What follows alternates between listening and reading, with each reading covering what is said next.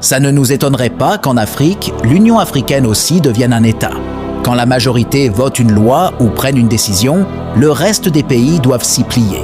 C'est de cette manière que l'Union européenne avait commencé, jusqu'à ce qu'il supprime le droit de veto des pays la constituant afin de devenir un État. L'Union africaine aussi avait la même loi jusqu'à ce qu'on supprime le droit de veto de chacun de ces pays. Et c'est elle qui décide de toutes les politiques dans chacun de ces pays membres. C'est également de cette même manière que l'Union européenne est en train de décider pour ses habitants en ce moment. Les pièces du puzzle sont en train de se former, et ça sera pareil pour l'Union des pays américains et asiatiques.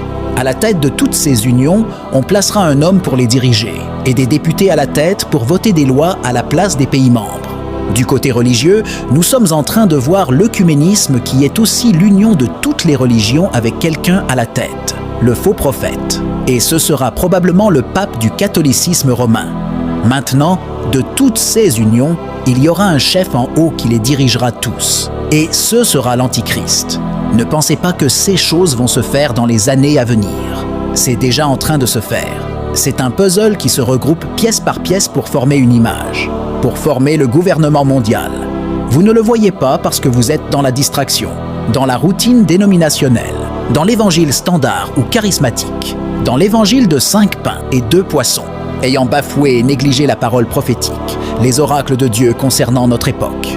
Le christianisme n'est pas seulement d'ordre évangélique charismatique, mais aussi foncièrement prophétique.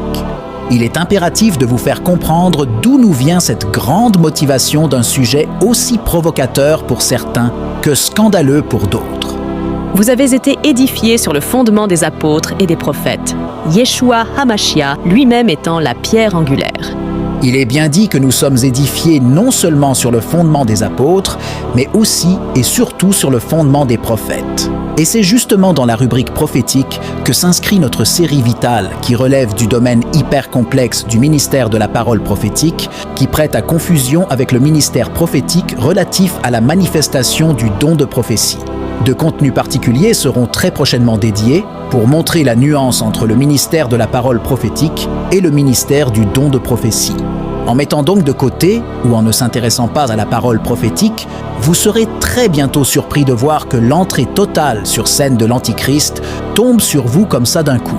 Yeshua a dit que ces jours viendront sur les habitants de la terre tout à coup sans qu'ils ne s'en rendent compte. Remarquez qu'il dit sur les habitants de la terre et non pas sur les élus. Tout simplement parce que les élus sont conduits par l'Esprit de Dieu et sont avertis de la même manière que Lot, ainsi que Noé et sa famille avaient été avertis et se sont abandonnés aux oracles divines de leur saison.